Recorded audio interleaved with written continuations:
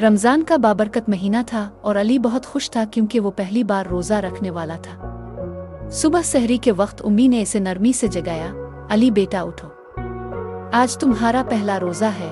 अली नींद में था, लेकिन जैसे ही इसे याद आया कि आज इसका पहला रोज़ा है, वो फौरन उठ बैठा।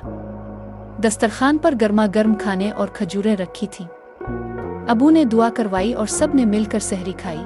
सहरी के बाद अली ने वुज़ू किया और फजर की नमाज अदा की। फिर वो थोड़ी देर आराम करने के बाद स्कूल चला गया।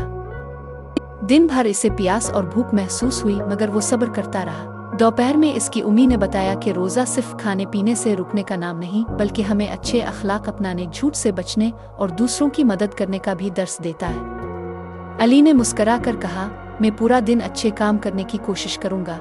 शाम को इफ्तार का वक्त करीब आया तो अली बहुत खुश था। इसने दुआ मांगी और खजूर खाकर रोज़ा खोला। जब अज़ान की आवाज़ आई तो सब ने मिलकर इफ्तारी की। अबू ने अली को गले लगाया और कहा, माशाअल्लाह, आज तुमने सब्र और हौसले के साथ अपना पहला रोज़ा रखा।